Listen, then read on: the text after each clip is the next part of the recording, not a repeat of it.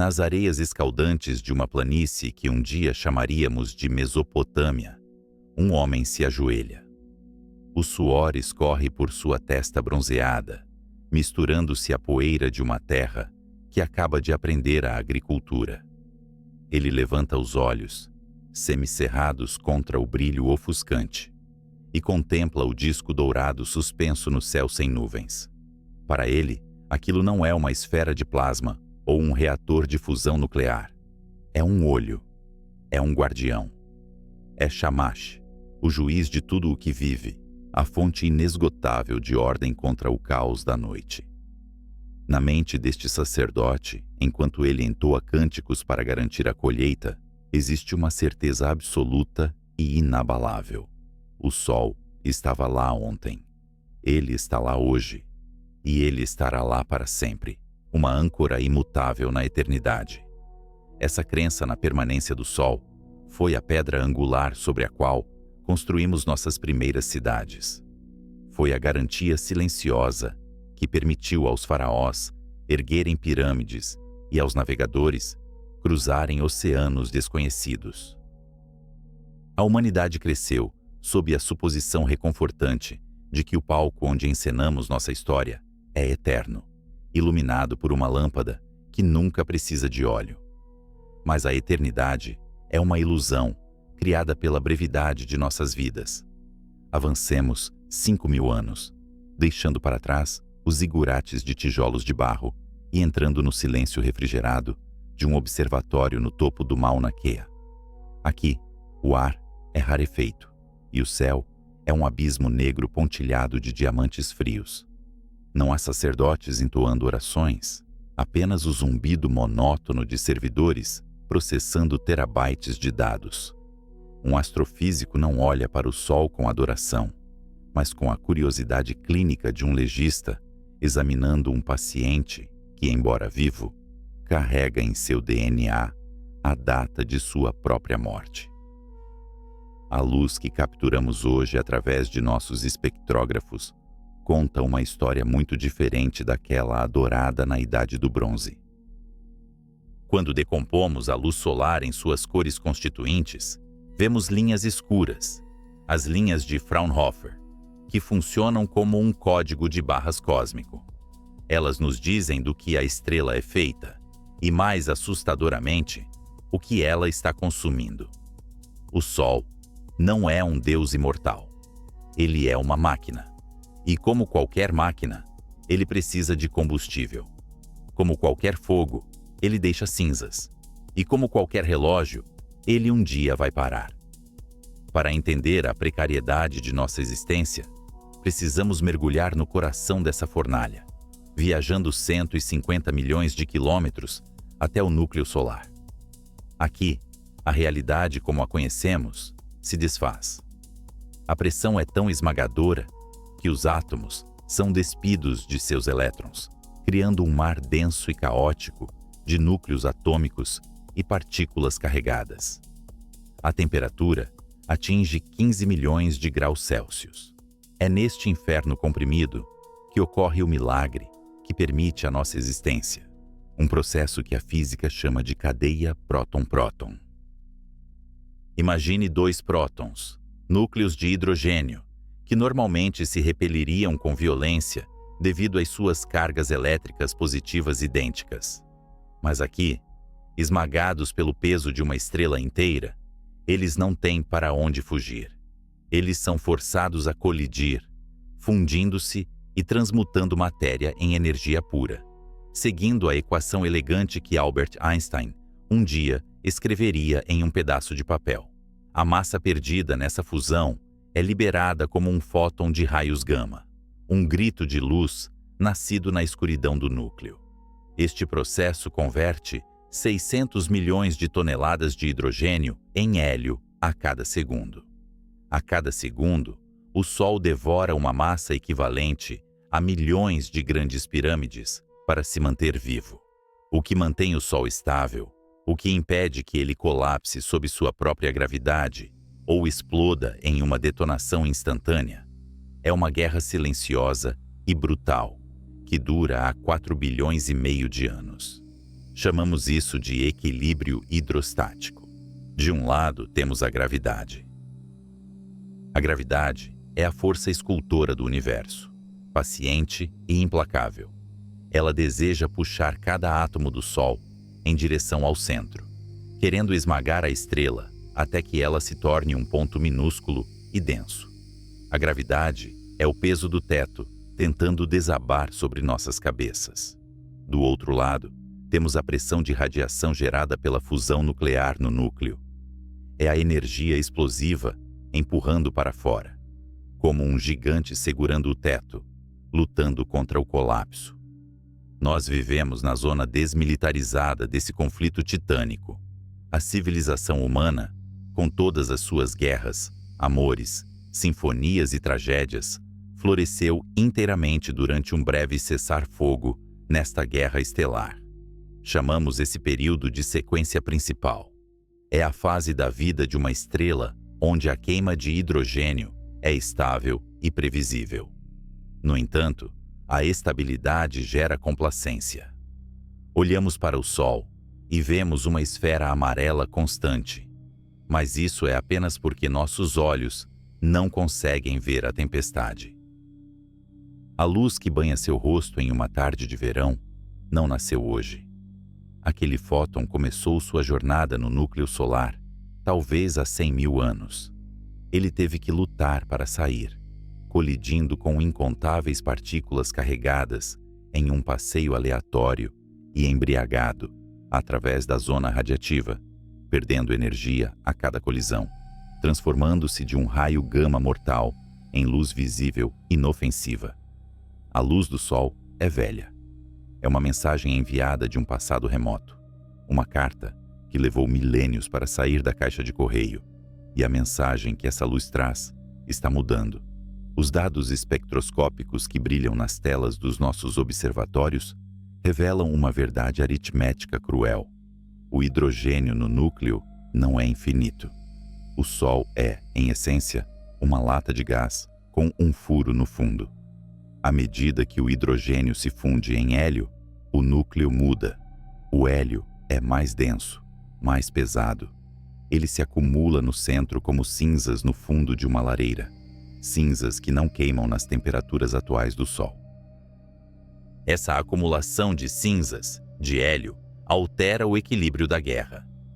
O núcleo fica ligeiramente mais denso e mais quente, para compensar a mudança na composição. Isso faz com que as reações de fusão ocorram um pouco mais rápido. O resultado é paradoxal e aterrorizante. À medida que o Sol envelhece e gasta seu combustível, ele não enfraquece. Ele fica mais brilhante. Ele fica mais quente. Desde que a Terra se formou, a luminosidade do Sol aumentou cerca de 30%. Naquela época primordial, um Sol mais fraco brilhava sobre uma Terra jovem, talvez protegida por uma atmosfera rica em gases de efeito estufa que impedia o planeta de congelar. Hoje, estamos no ponto ideal, a zona Cachinhos Dourados, onde a luminosidade é perfeita para a água líquida e para a química complexa baseada em carbono, que chamamos de vida. Mas este é um equilíbrio dinâmico, não estático. O aumento da luminosidade é lento para os padrões humanos, imperceptível ao longo de gerações ou impérios. Mas o universo não opera na escala de tempo dos impérios. Ele opera no tempo profundo. E no tempo profundo, a matemática é o destino. A cada bilhão de anos que passa, a luminosidade solar aumenta cerca de 10%. Pode parecer pouco, um mero ajuste no termostato cósmico.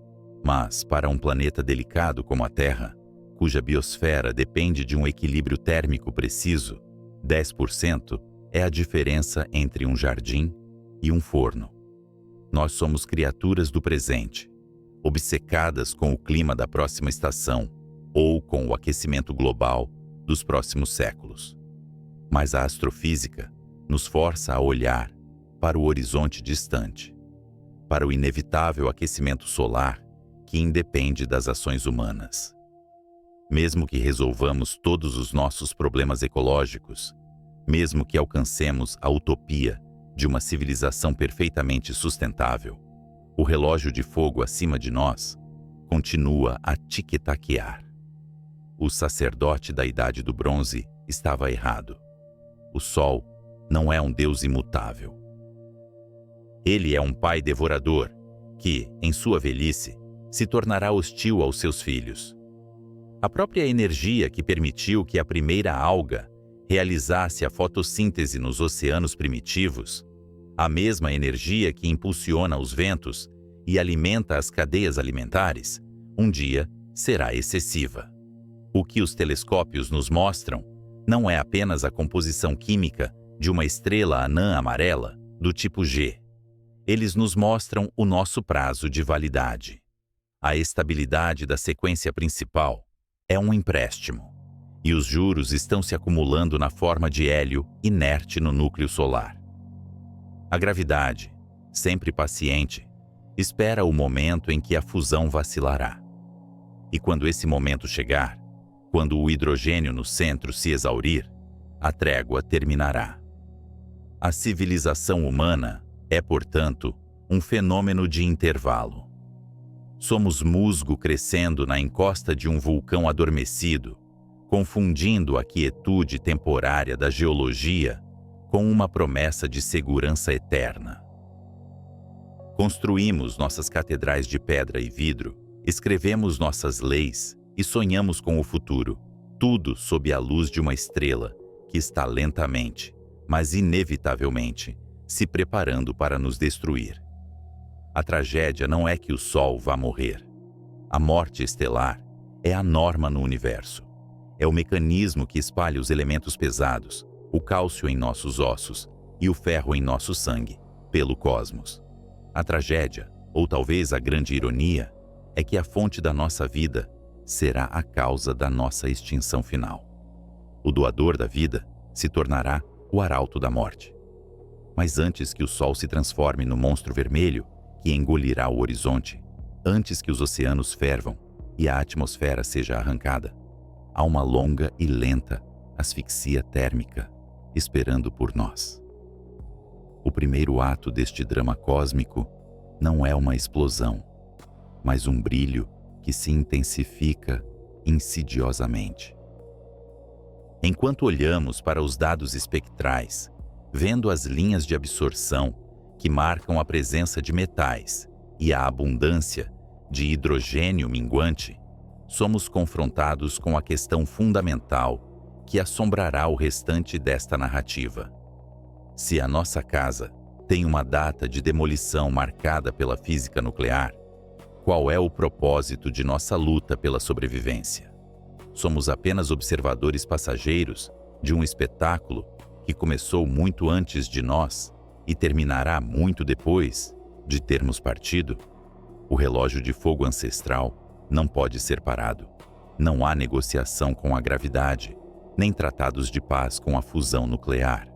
A máquina estelar continuará a moer seus átomos, indiferente às orações dos sacerdotes ou aos cálculos dos cientistas. E à medida que o hidrogênio se torna hélio, o palco está sendo montado para a próxima transformação, uma metamorfose violenta que alterará a arquitetura do sistema solar para sempre.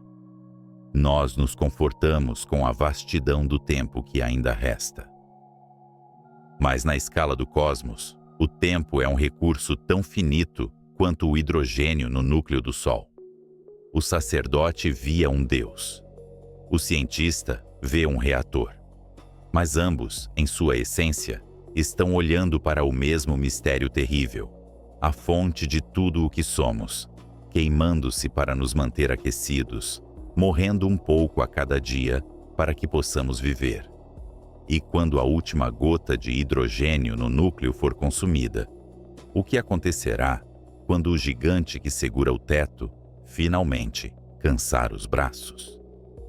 Nas ruas nevoentas da Londres vitoriana, onde a fuligem das chaminés industriais pintava o céu de um cinzento perpétuo, os homens da ciência olhavam para o sol e viam apenas um reflexo da sua própria era. Para eles, o astro-rei era a fornalha suprema. uma máquina térmica colossal, governada pelas mesmas leis que moviam as locomotivas a vapor e aqueciam as mansões da aristocracia. Lord Kelvin, um titã da física clássica, debruçava-se sobre os seus cálculos à luz de velas, atormentado por uma aritmética que não batia certo. Se o Sol fosse feito do melhor carvão de Gales, queimando furiosamente no vácuo, teria consumido todo o seu combustível em apenas 5.000 anos. A civilização humana, e muito menos a história geológica da Terra, não poderia ter existido sob um fogo tão efêmero. Mesmo quando Kelvin refinou as suas teorias, sugerindo que o Sol brilhava, não por combustão química, mas pela lenta e agonizante compressão da sua própria gravidade, o relógio cósmico continuava cruelmente curto. 20 milhões de anos. Esse era o tempo máximo que a física do século XIX concedia à nossa estrela. No entanto, nas falésias escarpadas e nos leitos dos rios antigos, os geólogos e um certo naturalista, chamado Charles Darwin, liam uma história diferente, escrita em pedra e osso, que falava de um planeta com milhares de milhões de anos. Havia um abismo intransponível entre a física e a natureza, um silêncio constrangedor, onde a idade da Terra parecia impossível, sob a luz de um Sol demasiado jovem. A chave para este mistério não estava nos telescópios gigantes que varriam o firmamento, mas no invisível, no reino do infinitamente pequeno, que começava a sussurrar os seus segredos nos laboratórios da Europa. Foi preciso que um funcionário de patentes em Berna olhasse para além da matéria sólida e visse energia congelada. Quando Albert Einstein escreveu a sua elegante equação, ligando a massa à energia com a velocidade da luz ao quadrado, ele não estava apenas a reescrever a física, estava a entregar à humanidade a chave do cofre solar. A matéria não precisava de arder para libertar calor. A matéria podia ser destruída, transmutada, libertando uma fúria milhões de vezes superior à de qualquer chama química. Mas ter a chave não significava compreender a fechadura. No início da década de 1920, a ideia de que o Sol funcionava através da conversão de hidrogênio parecia, para a velha guarda, uma fantasia de alquimistas modernos. O interior do Sol era um lugar proibido, oculto por camadas de gás opaco, acessível apenas através da matemática e da imaginação. Foi neste cenário de ceticismo que surgiu Arthur Eddington, um homem cuja mente viajava onde os instrumentos não podiam alcançar. Eddington era uma figura solitária num palco hostil. Enquanto os seus pares argumentavam que o interior do Sol, embora quente, não era suficientemente quente para fundir átomos, Eddington via uma realidade diferente.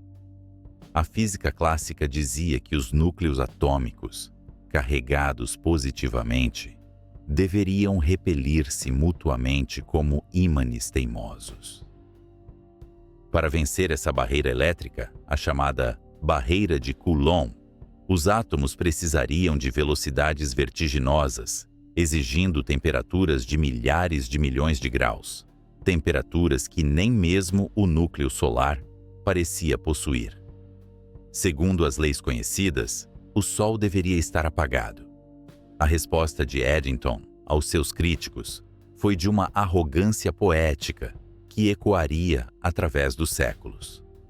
Quando lhe disseram que o Sol não era quente o suficiente para a fusão nuclear, ele respondeu simplesmente que os físicos deveriam procurar um lugar mais quente. Ele sabia, com a intuição de um profeta científico, que a estrela não se importava com as limitações dos livros de texto humanos. Se a teoria dizia que o Sol não podia brilhar, a teoria estava errada, não o Sol. A audácia de Eddington foi vindicada não pelo calor, mas pela estranheza da nova mecânica quântica. O universo subatômico não é feito de bolas de bilhar sólidas a colidir num pano verde. É um reino de fantasmas e probabilidades. No coração da estrela, um próton não é uma partícula fixa, mas uma nuvem de existência, uma onda que pode estar em vários lugares ao mesmo tempo. Graças a um fenômeno que desafia a lógica do nosso mundo macroscópico, o efeito de túnel, estas partículas podem, ocasionalmente, atravessar a barreira impenetrável da repulsão elétrica, como se passassem através de uma parede sólida. É uma dança estatística de proporções épicas. A probabilidade de dois prótons específicos se fundirem é infinitesimalmente pequena, um evento que poderia não ocorrer em milhares de milhões de anos para um par individual. Mas o Sol é vasto e contém um número de átomos que desafia a compreensão humana. O que é impossível para um, torna-se inevitável para muitos. A cada segundo, numa tempestade silenciosa e invisível no núcleo, toneladas de hidrogênio deixam de existir como tal. Aqui reside a terrível beleza descoberta por Eddington e refinada pelas gerações seguintes. A massa não desaparece simplesmente. Ela é libertada da sua prisão material. Quando 4 núcleos de hidrogênio se unem para forjar um núcleo de hélio, a nova criação é ligeiramente mais leve do que a soma das suas partes. Uma fração minúscula de matéria, cerca de 0,7%, desvanece-se da existência tangível. Para onde vai essa massa perdida? Ela torna-se luz, ela torna-se calor, ela torna-se a energia cinética que impede a estrela de colapsar sob o seu próprio peso titânico. Esta revelação alterou fundamentalmente a percepção da nossa segurança no cosmos. Percebemos que não estamos a ser aquecidos por uma fogueira eterna, mas pela detonação contínua de bombas de hidrogênio, contidas apenas pela mão esmagadora da gravidade. A luz que banha os nossos oceanos e alimenta as nossas florestas é o grito de morte da matéria, energia pura a escapar de uma tumba gravitacional. Eddington mostrou-nos que o Sol é um reator, e como qualquer reator, tem um estoque de combustível finito. A equivalência entre massa e energia explicou a longevidade da Terra, conciliando finalmente os geólogos e os físicos. O Sol podia dar-se ao luxo de ser esbanjador, queimando 600 milhões de toneladas de hidrogênio por segundo, e ainda assim perdurar por eras. Mas ao resolver o mistério do passado, a ciência, inadvertidamente, iluminou o corredor escuro do futuro. Ao descobrirmos como a estrela vive, descobrimos também como ela morrerá. A estabilidade que desfrutamos hoje é um impasse temporário, uma trégua armada entre a expansão nuclear e a contração gravitacional. Cada fotão que nos atinge é um lembrete de que o Sol está a ficar mais leve. A sua composição química está a mudar, envenenando-se lentamente com as cinzas da sua própria criação, o hélio. A cinza, inerte, acumula-se no núcleo, alterando a estrutura interna da estrela, obrigando-a a queimar mais quente, mais brilhante, num ciclo de feedback que não pode ser travado. A humanidade, na sua breve existência, olhou para o céu e viu um Deus, depois um carvão e, finalmente, uma explosão nuclear controlada. Passamos do medo da escuridão para a compreensão da luz.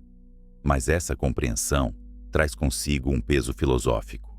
A mesma física que permite a complexidade da vida, a fotossíntese e o clima temperado, dita que o equilíbrio é a exceção, não a regra. O universo tende para a desordem e as estrelas são ilhas temporárias de ordem, compradas ao preço da sua própria substância. Eddington, ao olhar para as estrelas naquelas noites frias de Cambridge, Talvez tenha sentido o arrepio, não do vento, mas da vastidão do tempo. Ele sabia que tínhamos decifrado o código da nossa própria origem, mas também a sentença do nosso fim. O Sol não é um benfeitor benevolente. É uma entidade física indiferente, consumindo-se a si mesma numa orgia de destruição criativa. E à medida que o hidrogênio escasseia no núcleo profundo, o equilíbrio de forças começa a vacilar, preparando o palco para uma transformação que fará a história humana parecer menos que um piscar de olhos. O que acontece quando o combustível começa a falhar e a gravidade, paciente e inexorável, retoma o seu avanço? A resposta jaz, não na luz que vemos hoje, mas na escuridão que aguarda no centro da estrela, onde a cinza de hélio espera para ser despertada. Imagine um equilibrista suspenso sobre as cataratas do Niágara. A corda está esticada, vibrando sob a tensão de toneladas de força. O público lá embaixo vê apenas a imobilidade, a silhueta graciosa contra o céu, uma figura que parece desafiar a gravidade sem esforço. Mas o equilibrista sabe a verdade. Ele não está parado. Ele está em um estado de correção perpétua, uma batalha microsegundo a microsegundo, onde cada músculo treme contra o abismo. O que parece ser paz é, na verdade, uma guerra travada em silêncio absoluto. Assim é o nosso Sol. Quando olhamos para o céu, vemos um disco dourado, imutável, o próprio símbolo da constância em muitas culturas antigas. Os egípcios viam em Ra uma barca eterna navegando os céus, uma garantia divina de que o amanhã sempre viria. Mas se pudéssemos ouvir o grito do Sol, se pudéssemos sentir a violência que o mantém esférico, entenderíamos que a nossa estrela não é uma rocha sólida e calma. Ela é uma explosão contida, uma detonação nuclear contínua que dura há 4 bilhões e meio de anos, mantida prisioneira por sua própria massa. Neste exato momento, o Sol vive o que chamamos de sequência principal, a fase adulta e estável de sua vida. Mas essa estabilidade é uma ilusão de ótica provocada pela escala do tempo. Para entender como essa estrela não colapsa sobre si mesma, nem se desfaz no vácuo, precisamos imaginar algo muito mais mundano do que a física de plasma. Imagine um castelo insuflável gigantesco, daqueles que vemos em festas infantis, mas com dimensões planetárias. As paredes e o teto desse castelo são feitos de um tecido incrivelmente pesado, camadas e camadas de chumbo que tentam, a todo custo, desabar em direção ao chão. A única coisa que mantém esse castelo de pé, a única coisa que impede que o teto esmague tudo o que está embaixo, é um ventilador industrial soprando ar quente furiosamente contra as paredes internas. Enquanto o ventilador funcionar, o castelo mantém a sua forma. O peso do teto empurra para baixo. O ar quente empurra para cima. As duas forças se cancelam perfeitamente. As paredes ficam esticadas, firmes. O castelo parece sólido. No interior do Sol, a gravidade é esse teto de chumbo. A massa colossal da estrela, 330 mil vezes a massa da Terra, deseja apenas uma coisa. Ela quer cair para o centro.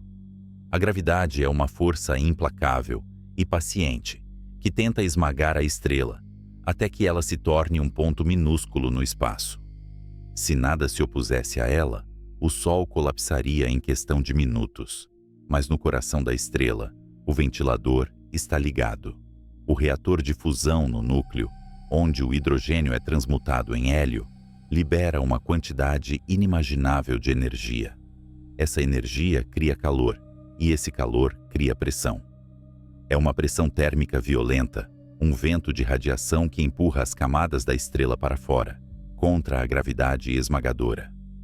Esta é a dança na corda bamba. Este é o equilíbrio hidrostático. Não é uma paz estática, mas um impasse dinâmico entre duas titãs cósmicas. A gravidade quer esmagar o Sol, a fusão quer explodi-lo. E milagrosamente, elas empatam. Por enquanto. A luz que resulta dessa batalha, a luz que banha os nossos oceanos e alimenta as nossas florestas, tem uma história própria, uma odisseia que desafia a nossa percepção do tempo. Quando você sente o calor do sol na sua pele, em uma tarde de verão, você não está sentindo uma energia criada naquele instante. Você está sendo tocado por fantasmas. A energia nasce no núcleo, onde a temperatura atinge 15 milhões de graus Celsius. Lá, no meio do esmagamento atômico, um fóton nasce como um raio gama, uma partícula de luz de altíssima energia, violenta e mortal. Se esse fóton pudesse viajar livremente, ele cruzaria o raio do Sol em pouco mais de 2 segundos, explodindo para o espaço na velocidade da luz. Mas o interior do Sol não é um espaço vazio. É um lugar de densidade aterrorizante, muito mais denso que o chumbo sólido. O pequeno fóton recém-nascido mal consegue se mover antes de colidir com um próton ou um elétron. Ele é absorvido. Ele é reemitido. Ele viaja 1 centímetro e bate de novo. Ele é jogado para a esquerda, para a direita, para trás, para frente. É o que os físicos chamam de caminhada aleatória, um percurso bêbado e caótico através de um labirinto subatômico. Esse fóton pode levar 10 mil anos, 100 mil anos, ou até mesmo 170 mil anos para escapar dessa prisão densa. Durante essa longa jornada, ele perde energia. Ele deixa de ser um raio gama assassino. Ele se alonga, se acalma, transformando-se em raios X, depois em luz ultravioleta e, finalmente, na luz visível amarela e suave que conhecemos. Pense nisso na próxima vez que o Sol tocar o seu rosto. Aquele raio de luz iniciou a sua jornada no centro da estrela, quando os nossos antepassados, o Homo sapiens, ainda estavam aprendendo a usar ferramentas de pedra, muito antes da invenção da escrita, antes da construção das pirâmides, antes de qualquer império humano ter nascido e morrido.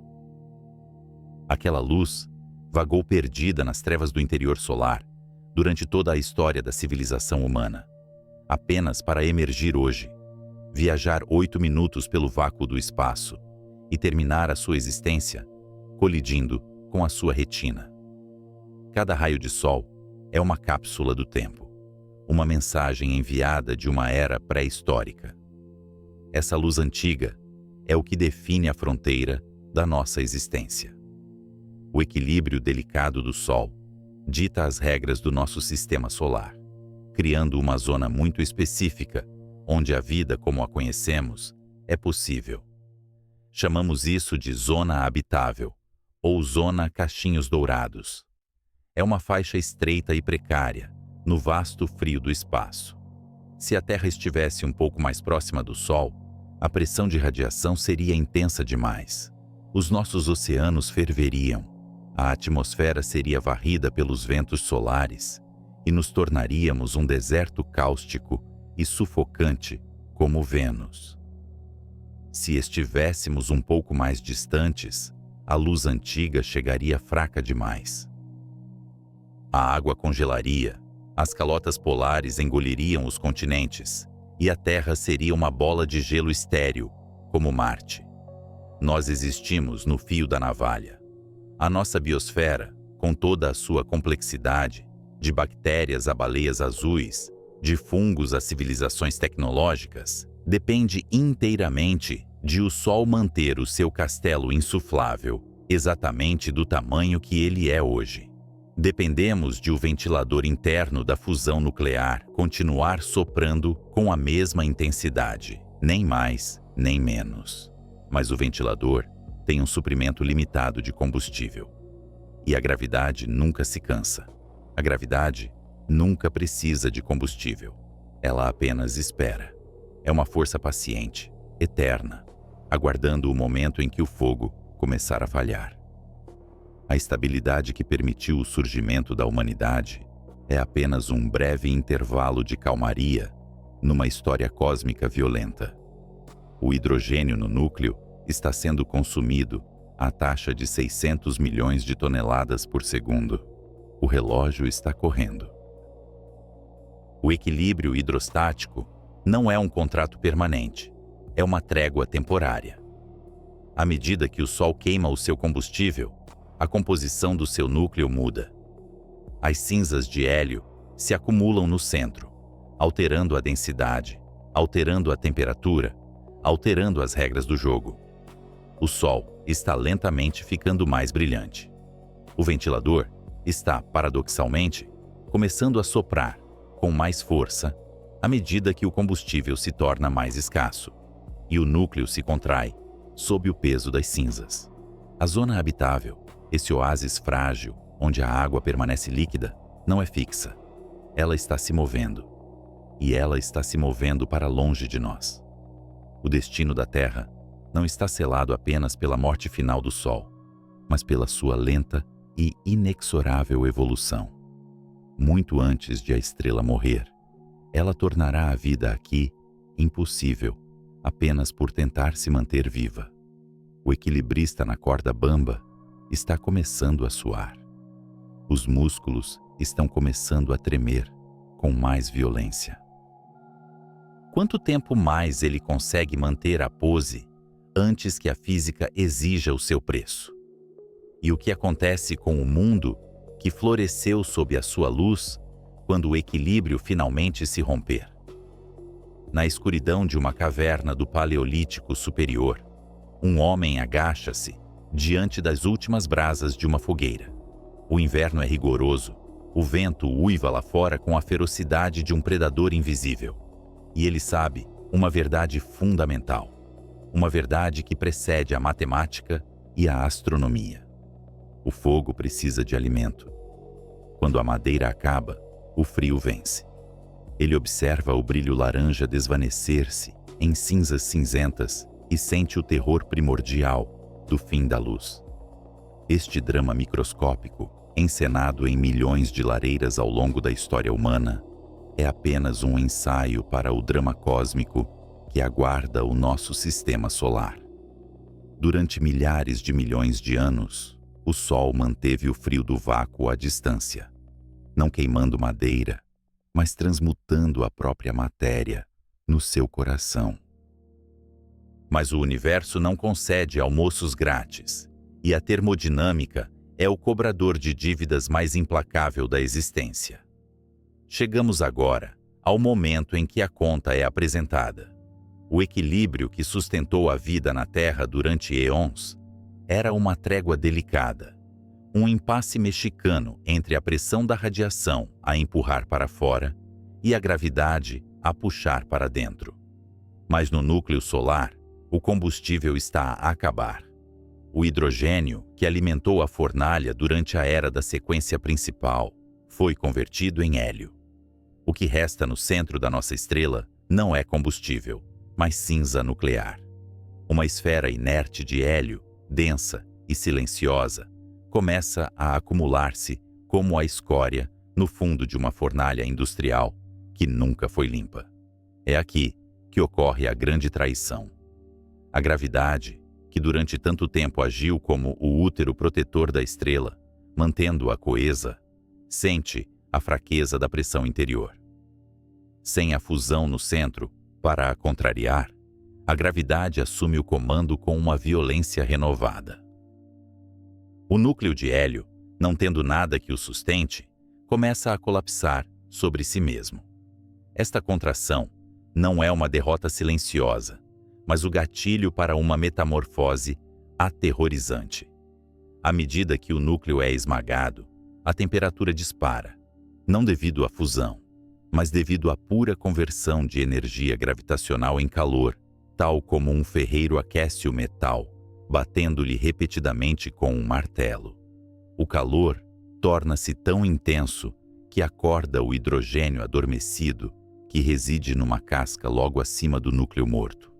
A estrela começa a queimar numa camada externa, uma casca de fogo furiosa que envolve o coração de cinzas. Esta queima em casca é muito mais violenta e desregulada do que a queima lenta e constante que definiu a vida adulta do Sol. A energia gerada é torrencial. O Sol, numa tentativa desesperada de dissipar este novo fluxo brutal de energia, é forçado a fazer a única coisa que a física lhe permite: expandir-se. Imagine um balão de ar quente, onde o queimador é subitamente ligado no máximo. O envelope estica-se. As camadas exteriores da atmosfera solar são empurradas para fora, para o abismo do espaço, inchando a estrela para proporções monstruosas. À medida que o gás se expande, ele arrefece. A cor amarela brilhante e familiar, a cor dos girassóis e dos dias de verão, muda. A frequência da luz desce pelo espectro visível. O Sol torna-se uma gigante vermelha. Para um observador situado onde a Terra orbita, a mudança é o material de pesadelos bíblicos. O disco solar, antes uma moeda modesta no céu, começa a inchar dia após dia, milênio após milênio, até se tornar um escudo colossal que domina o horizonte. A sua luminosidade aumenta milhares de vezes. Mercúrio é o primeiro a cair. O pequeno planeta de ferro e rocha, que dançou perigosamente perto da fornalha durante toda a sua existência, é engolido pela fotosfera em expansão. Não há batalha, nem resistência. A rocha vaporiza-se e a matéria de Mercúrio é simplesmente assimilada no corpo difuso da estrela moribunda. Vênus, a deusa da beleza, envolta em nuvens ácidas, segue-se pouco depois. A sua atmosfera densa é arrancada, a sua superfície derretida, e o planeta espirala para a destruição, tornando-se mais um fantasma na barriga da besta estelar. E então, o olhar vermelho e inchado do Sol volta-se para a Terra. O processo na superfície do nosso mundo começa muito antes de o Sol nos tocar fisicamente. A luminosidade crescente empurra a zona habitável para fora, em direção a Marte e Júpiter. Na Terra, as temperaturas sobem inexoravelmente. O delicado ciclo do carbono, o termóstato que regulou o clima da Terra através de idades do gelo e períodos de estufa, quebra-se irremediavelmente. À medida que a temperatura global ultrapassa os pontos críticos, os oceanos começam a evaporar a um ritmo frenético. A atmosfera enche-se de vapor de água. Mas o vapor de água é, ele próprio, um gás com efeito de estufa potente. Cria-se um ciclo de feedback positivo imparável. Quanto mais quente fica, mais os oceanos evaporam. Quanto mais evaporam, mais quente fica. A Terra transforma-se numa sauna planetária sufocante. Mas o horror não para na evaporação. Nas camadas superiores da atmosfera, a radiação ultravioleta intensa da gigante vermelha ataca as moléculas de água, quebrando as ligações químicas entre o oxigênio e o hidrogênio.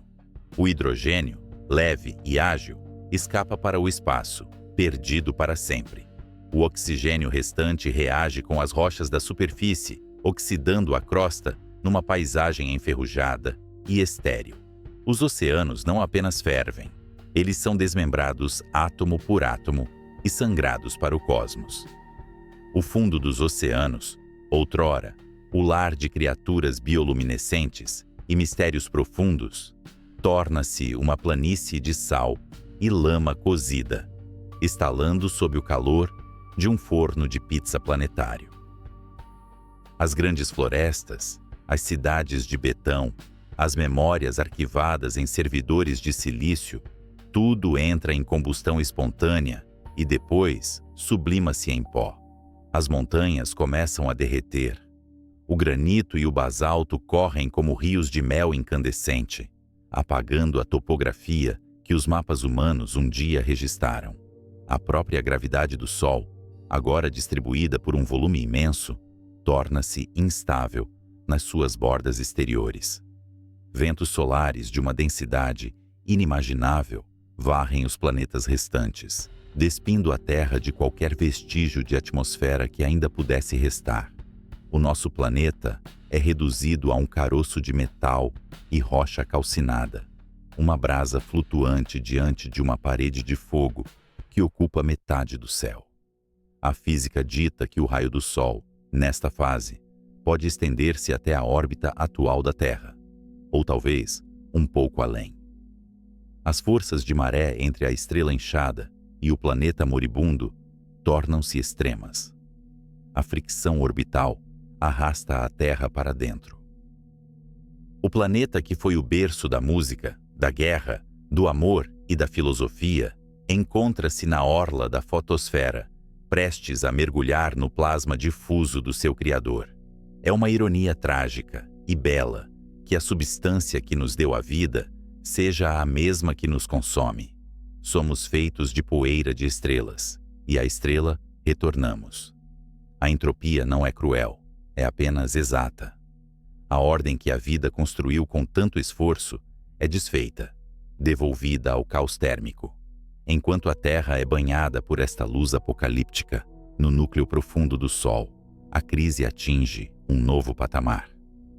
O núcleo de hélio degenerado, compactado a densidades que desafiam a compreensão humana, está prestes a sofrer uma ignição violenta, um último suspiro de resistência contra a escuridão que se avizinha.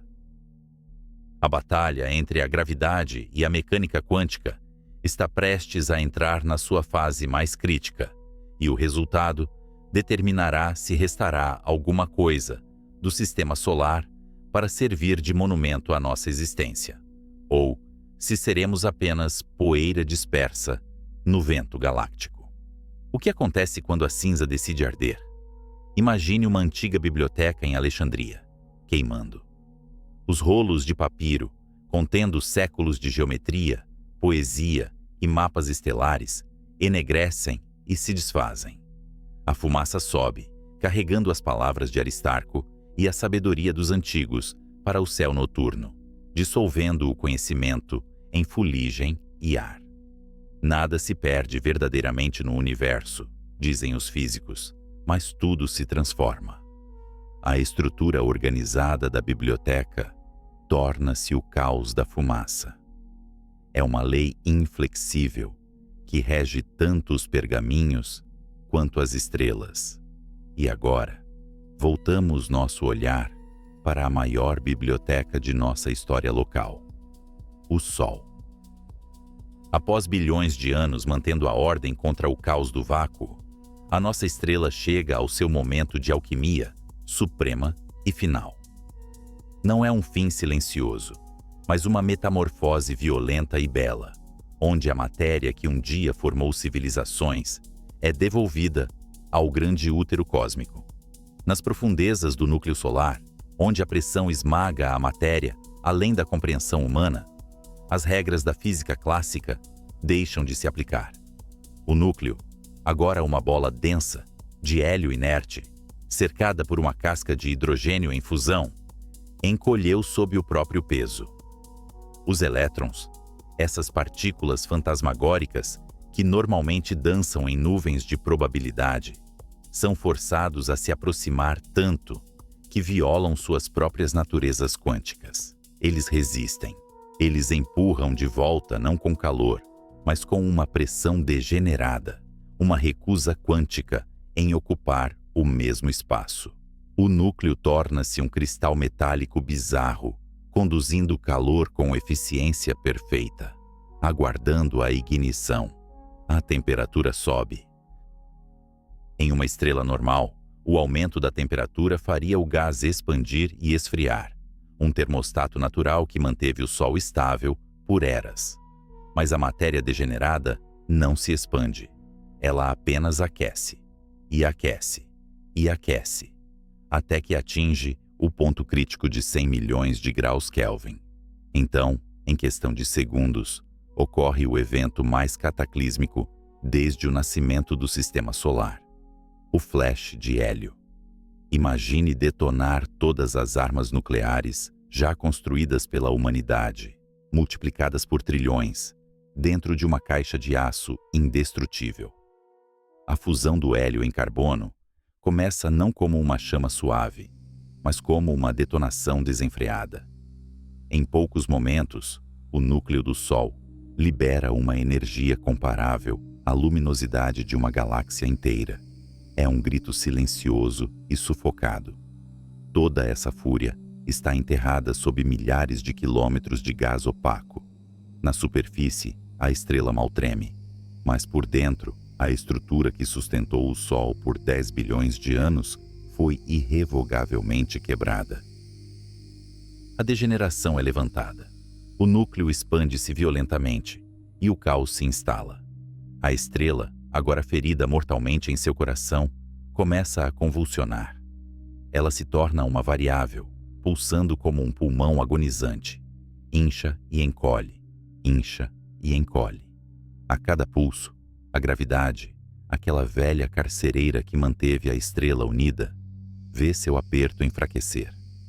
As camadas externas do Sol, aquelas vastas atmosferas de hidrogênio e hélio que uma vez banharam a Terra com luz constante, agora estão distantes demais do centro para serem seguradas. A estrela começa a derramar sua própria pele.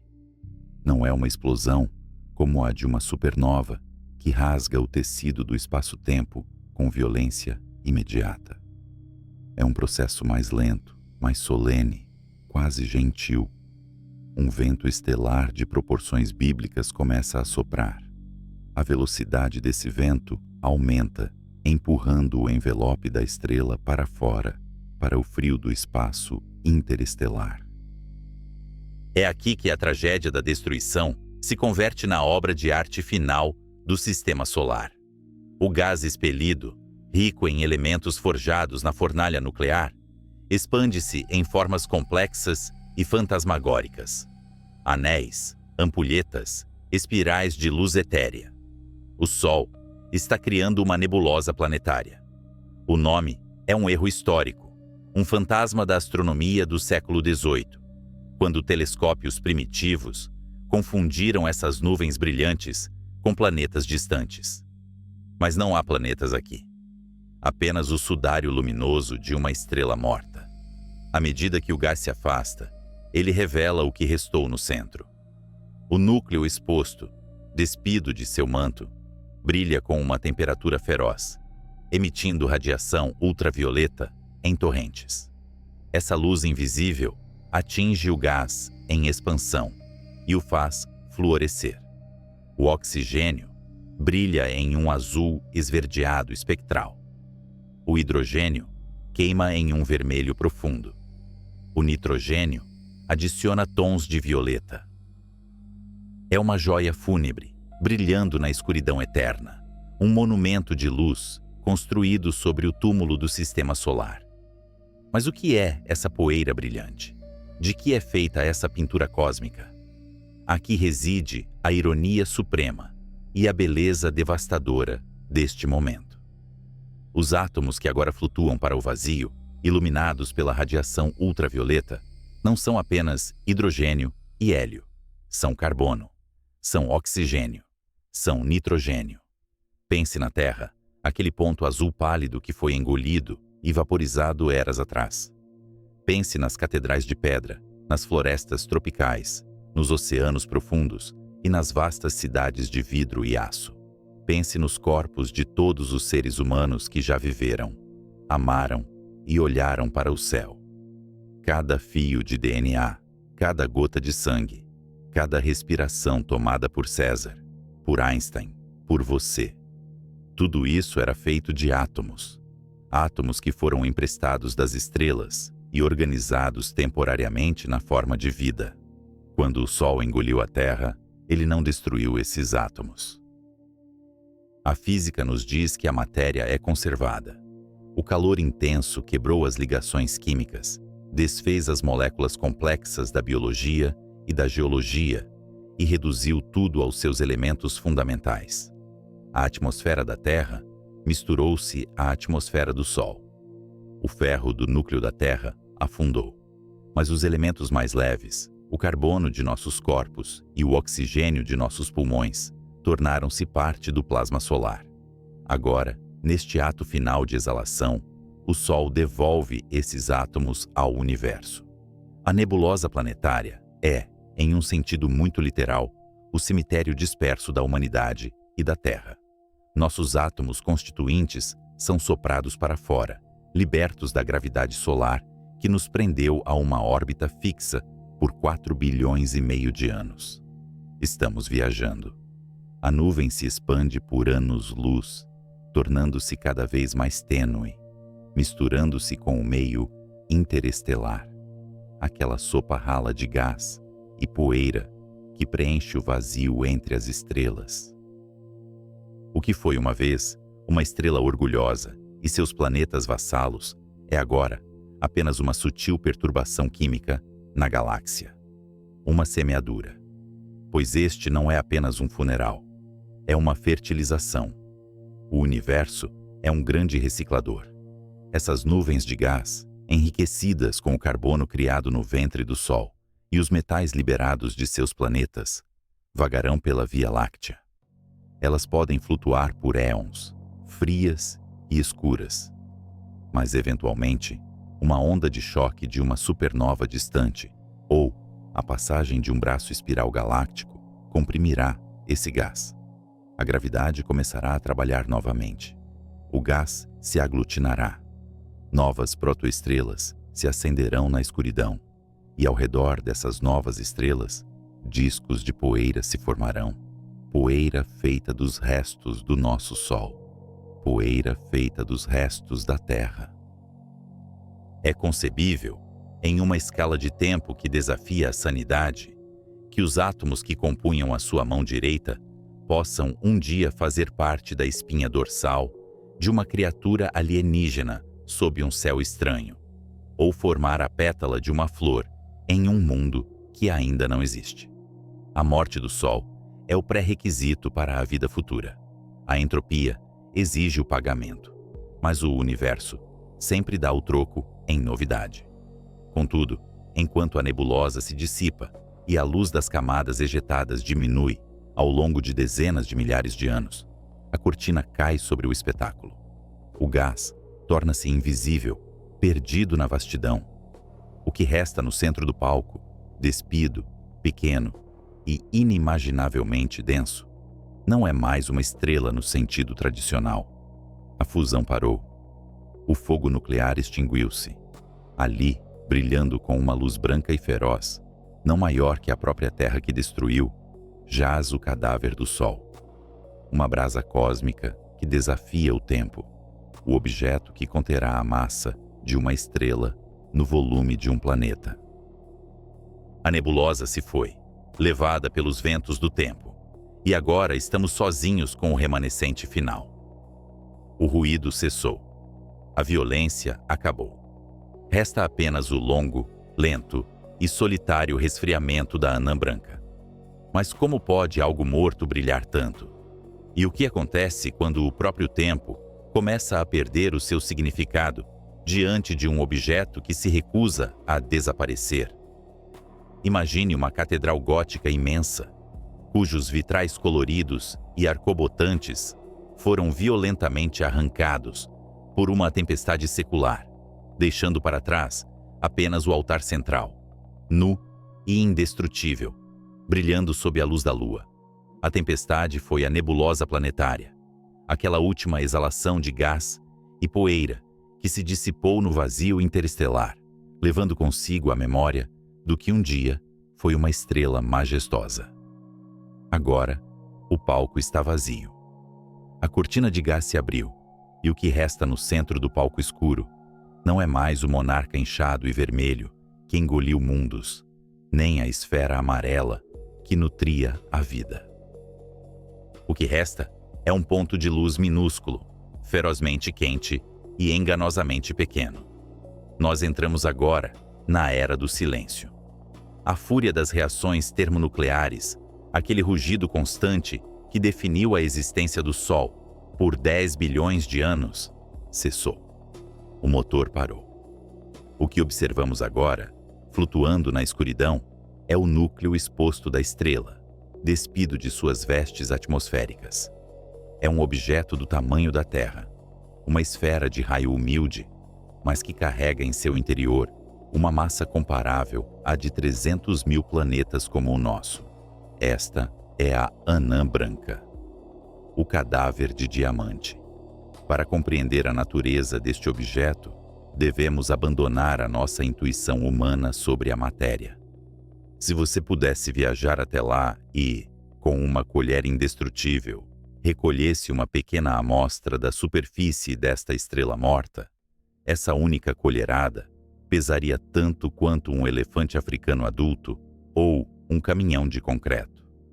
A matéria aqui foi esmagada, além de qualquer reconhecimento químico familiar. Os átomos não têm mais o luxo do espaço pessoal. Durante a vida da estrela, a gravidade tentava esmagar o Sol para dentro e a fusão nuclear empurrava para fora, mantendo um equilíbrio dinâmico. Mas agora, a fusão acabou. A gravidade venceu a guerra final, comprimindo o núcleo com uma força tirânica. No entanto, ela encontrou uma barreira final, uma linha que a natureza se recusa a cruzar. Os elétrons, aquelas partículas subatômicas que normalmente orbitam os núcleos atômicos como nuvens de probabilidade, foram forçados a se aproximar tanto que violaram suas zonas de conforto quântico. Eles são governados por uma lei fundamental da mecânica quântica que proíbe duas partículas idênticas de ocuparem o mesmo estado ao mesmo tempo. É como tentar colocar 1000 dançarinos frenéticos dentro de uma cabine telefônica. A resistência deles ao confinamento cria uma pressão colossal. Esta pressão de degenerescência eletrônica é o único pilar que impede o Sol de colapsar num buraco negro. É uma trégua armada entre a gravidade infinita e a teimosia quântica. Neste estado, o Sol tornou-se um dos objetos mais perfeitos do universo. A sua superfície é incrivelmente lisa, onde as montanhas mais altas não passariam de alguns centímetros de altura, niveladas por uma gravidade superficial centenas de milhares de vezes mais forte que a da Terra. Se um ser humano pudesse pisar ali, seria instantaneamente reduzido a uma poça bidimensional de átomos espalhados. Mas a verdadeira maravilha reside no interior. À medida que o calor residual escapa para o espaço, o interior da Anã Branca começa a sofrer uma metamorfose digna da alquimia antiga. O carbono e o oxigênio, as cinzas deixadas pela queima do hélio, começam a organizar-se. Sob pressões que a mente humana mal consegue conceber, o carbono cristaliza.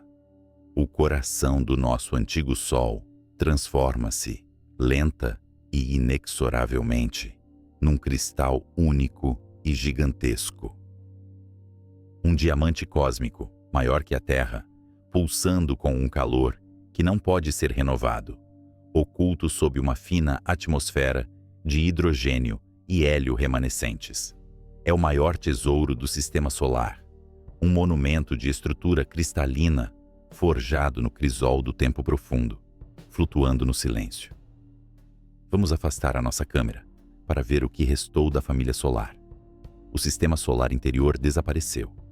Mercúrio, Vênus e Terra foram consumidos ou calcinados até o esquecimento durante a fase de gigante vermelha. Mas lá fora, nas fronteiras gélidas, os gigantes gasosos sobreviveram. Imagine-se flutuando na atmosfera superior de Júpiter ou sobre os anéis de Saturno nesta era distante. O céu é perpetuamente negro. O Sol, que antes dominava o firmamento como um disco cegante, agora é apenas um ponto de luz perfurante, não maior que qualquer outra estrela distante, embora infinitamente mais brilhante. A sua luz mudou. Não é mais o amarelo suave que banhava as florestas da Terra. É um branco azulado elétrico, uma luz de raio-x e ultravioleta que esteriliza qualquer superfície exposta, embora não ofereça calor. Júpiter e Saturno são agora sentinelas de um cemitério.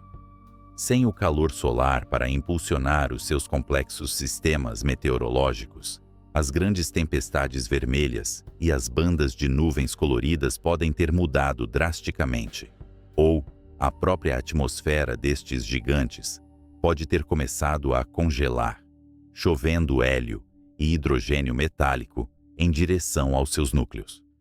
As luas de gelo, como Europa e Encélado, são agora túmulos de pedra sólida.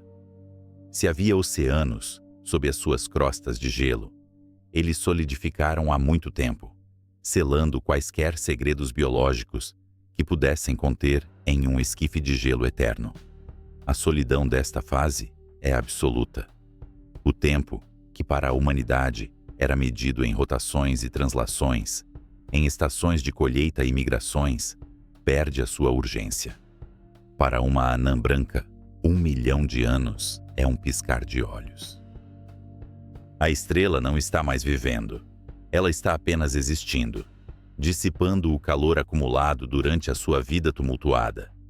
É um processo de resfriamento que desafia a paciência do próprio universo.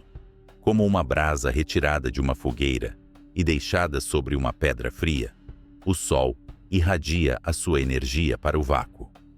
No início, a temperatura da superfície é de centenas de milhares de graus, mas o espaço é um isolante térmico cruelmente eficiente.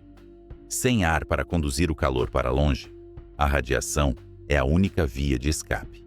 E assim, o Sol começa a sua longa descida na escala de temperatura. Passarão bilhões de anos. A luz branco-azulada dará lugar a um branco puro, depois a um amarelo pálido, reminiscente da sua antiga glória, na sequência principal, mas sem a grandeza do tamanho. Eventualmente, o Sol brilhará com um tom alaranjado melancólico e, finalmente, um vermelho profundo e escuro. Neste futuro inimaginavelmente distante, se algum viajante intergaláctico passasse pelas coordenadas onde a humanidade um dia sonhou e guerreou, encontraria apenas este sistema planetário fantasma. Os planetas sobreviventes orbitariam um ponto central quase invisível, presos gravitacionalmente a um mestre que já não lhes fala, que já não lhes envia vento solar, que já não define os seus dias e noites com luz, mas apenas com a mecânica fria das órbitas newtonianas. A entropia, aquela contadora implacável do universo, cobra o seu preço lentamente. A estrutura cristalina do núcleo solar torna-se cada vez mais perfeita à medida que esfria, as vibrações atômicas diminuindo até quase a imobilidade. O Sol tornar-se-á uma esfera perfeita de matéria degenerada, um espelho escuro flutuando no abismo. Os astrônomos teóricos dão um nome ao estágio final deste processo, um estágio que o universo atual ainda é demasiado jovem para ter produzido. Chamam-lhe anã negra. Uma estrela que esfriou tanto que não emite mais luz ou calor visível. Torna-se um objeto furtivo, detectável apenas pela sua gravidade, um cadáver estelar que alcançou o equilíbrio térmico com o frio do espaço profundo. O nosso Sol, aquele que foi adorado como Ra, Hélios e Sol Invictus, terminará os seus dias não como uma explosão, mas como uma pedra fria, invisível na escuridão eterna. A sua matéria, aquela que forjou a vida, ficará trancada para sempre numa prisão de gravidade, incapaz de ser reciclada para formar novas estrelas ou novos mundos. É o fim da linha para os átomos que compõem o nosso sistema. Mas enquanto olhamos para este futuro desolador, onde o cadáver de diamante do Sol navega sozinho pela galáxia, devemos perguntar: Será este o verdadeiro fim? Ou será que, na vastidão do tempo profundo, onde a matéria decai e o próprio espaço se estica, existe um capítulo final ainda mais estranho, onde até mesmo os diamantes não são eternos? Há um silêncio que precede a criação e há um silêncio que sucede à destruição. Mas existe um terceiro tipo de silêncio, mais profundo e absoluto, que aguarda no fim de todas as coisas. É o silêncio de um oceano sem margens, onde as ondas pararam de quebrar e o vento cessou para sempre.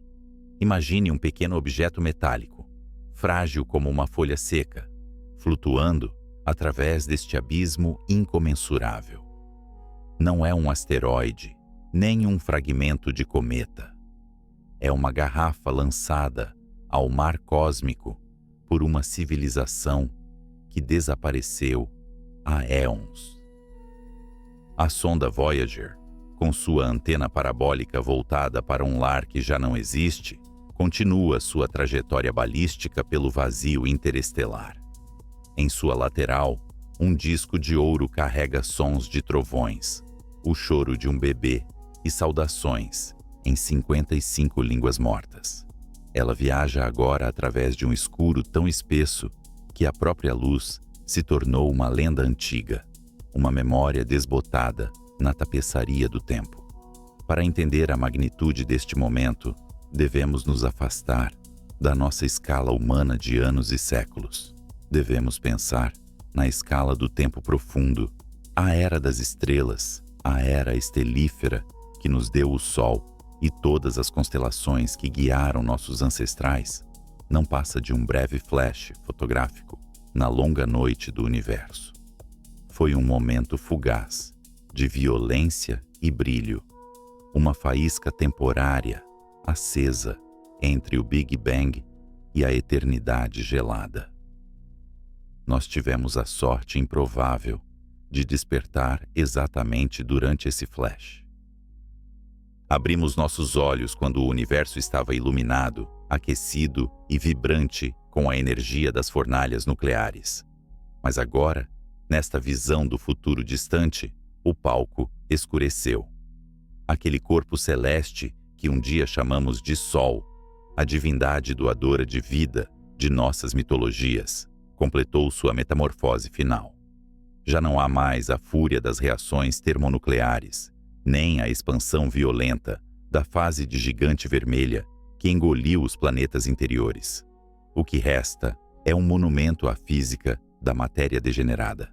O Sol é agora uma esfera compacta de carbono e oxigênio ultradenso, um diamante cósmico do tamanho da Terra, esfriando lentamente no vácuo. Ele se tornou uma anã negra. Este é um objeto teórico em nossa ciência atual, pois o universo ainda é jovem demais para ter produzido um. Mas o tempo, em sua paciência infinita, tornará isso realidade. O Sol será uma pedra fria, invisível aos olhos nus, vagando cegamente pela galáxia. A sua gravidade ainda puxará os restos destroçados de Júpiter e Saturno, pastores fiéis de um cadáver estelar, mas não haverá luz para iluminar suas órbitas.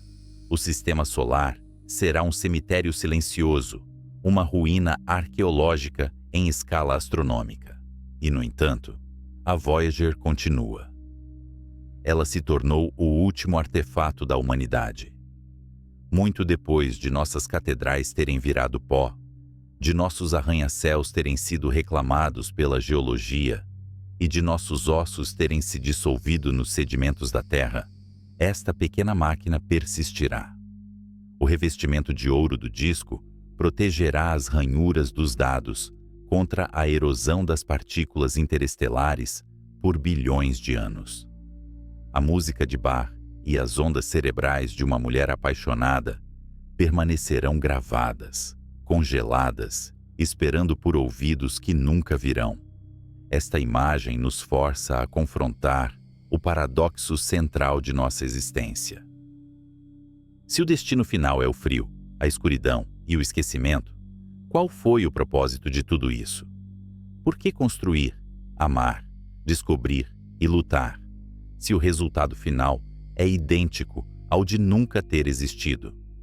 A resposta não está na permanência, mas na intensidade. O universo, em sua vasta maioria, é governado por leis cegas e determinísticas. A gravidade puxa, o eletromagnetismo repele, a termodinâmica dissipa. Mas em um pequeno planeta azul, orbitando uma estrela amarela comum, a matéria fez algo extraordinário. A matéria despertou. Átomos forjados no coração de estrelas mortas se organizaram de tal forma que puderam olhar para o céu e perguntar: o que somos nós? Nós fomos a maneira do universo conhecer a si mesmo. Durante a breve janela de oportunidade, quando as condições permitiram a água líquida e a química complexa, nós observamos. Nós medimos a velocidade da luz, pesamos as galáxias e deduzimos a idade do cosmos. Nós olhamos para o abismo do espaço e, em vez de recuar com medo, nós o mapeamos. A tragédia do fim do Sol é suplantada pela glória de termos previsto esse fim. Ao contrário dos dinossauros, que olharam para o meteoro sem compreender sua natureza, nós olhamos para a nossa própria extinção e compreendemos a física por trás dela. Imagine o universo como uma grande biblioteca que está destinada a queimar.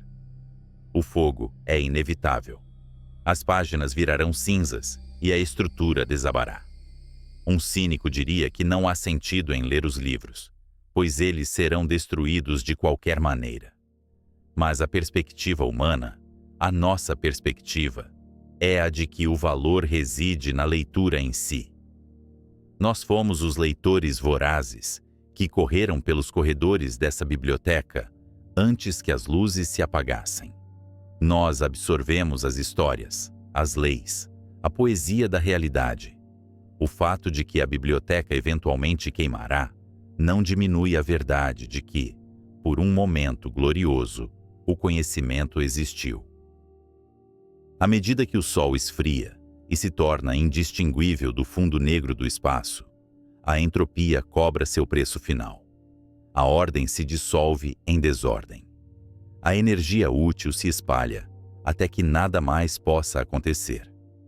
O tempo, que antes era medido pelos tic-tacs dos relógios atômicos e pelas rotações planetárias, perde seu significado. Sem eventos, sem mudança, o tempo se estica em um agora eterno e imutável. Neste cenário de morte térmica, onde as galáxias se afastaram tanto umas das outras que desapareceram além do horizonte cósmico, a solidão é absoluta.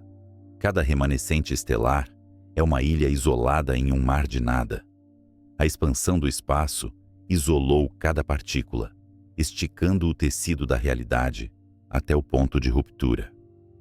Mas voltemos à nossa pequena sonda, a deriva. Ela carrega uma instrução, um mapa desenhado com base na posição de pulsares. Esses pulsares, faróis rotativos que usamos para triangular nossa posição na galáxia, também terão morrido ou mudado de posição. O mapa está incorreto agora. O endereço de retorno aponta para um lugar que não existe mais. A Terra foi consumida ou congelada, sua atmosfera dissipada, sua superfície estéril. Contudo, a existência da sonda prova algo fundamental. Prova que a complexidade é possível. Prova que a entropia pode ser desafiada, mesmo que temporariamente. A estrutura cristalina dos microchips da Voyager, a geometria precisa de sua antena, a lógica codificada em seus sistemas, tudo isso é um desafio à desordem natural do universo. É um grito de ordem no meio do caos. A história da humanidade não é uma tragédia porque termina. Uma sinfonia não é trágica porque tem uma nota final. A beleza da sinfonia reside na relação entre as notas, na construção da melodia, na resolução da harmonia. O silêncio que se segue à música é parte da peça. É o quadro que dá contorno à obra de arte. Nós fomos a música breve e intensa tocada entre dois silêncios eternos. Talvez, em algum nível quântico profundo que ainda não compreendemos totalmente, a informação nunca seja verdadeiramente perdida. Talvez o fato de termos observado o universo tenha deixado uma marca indelével na função de onda da realidade, uma cicatriz sutil na estrutura do espaço-tempo que diz: aqui houve mente, aqui houve curiosidade, o sol morrerá, a terra será esquecida, as estrelas se apagarão uma a uma, como velas em uma catedral vasta e ventosa. Mas não devemos chorar pelo fim da luz. Devemos nos maravilhar pelo fato de que, contra todas as probabilidades estatísticas, contra a hostilidade implacável do vácuo, nós estivemos aqui. Nós vimos, nós entendemos, nós fomos os olhos abertos do cosmos.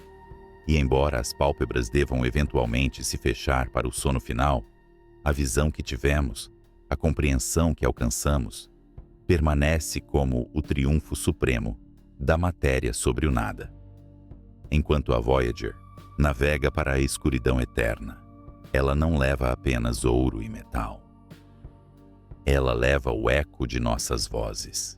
E enquanto houver um único átomo daquela sonda intacto, a humanidade não terá terminado completamente.